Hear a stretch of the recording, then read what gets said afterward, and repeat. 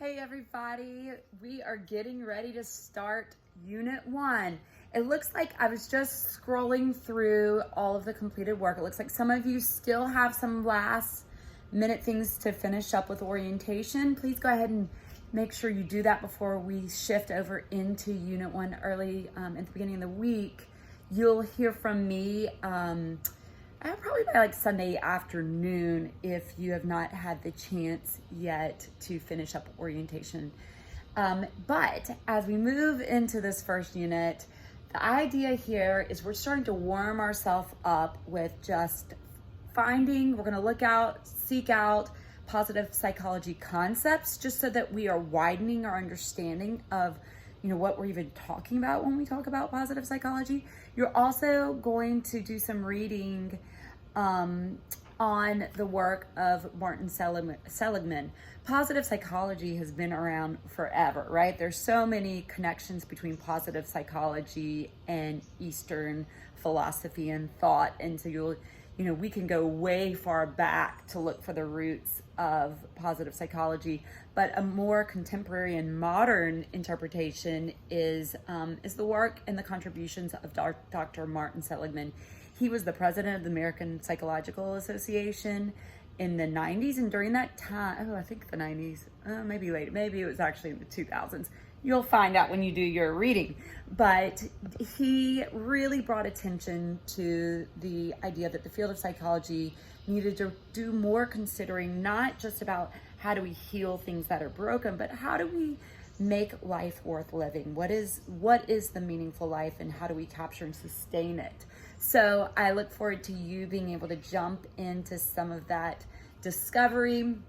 You'll notice at the bottom of every page there will be indicators of which competencies and outcomes you're working on. Remember, that's how we use those competencies and outcomes so that we can be very intentional about our learning.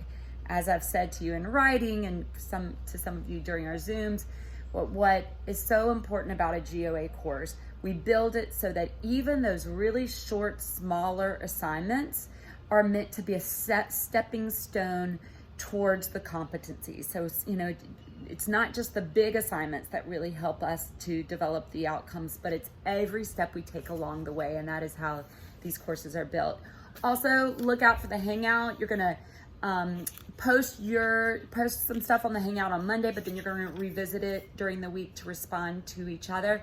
I highly recommend going ahead and scrolling the whole unit, but certainly scroll the week ahead so that you have a sense of how long, what's coming your way, but how long assignments will take. We don't have group work in this first week, but it will be coming up shortly, which will hopefully be fun because it's a chance for you guys to hang out and work with each other, meet each other.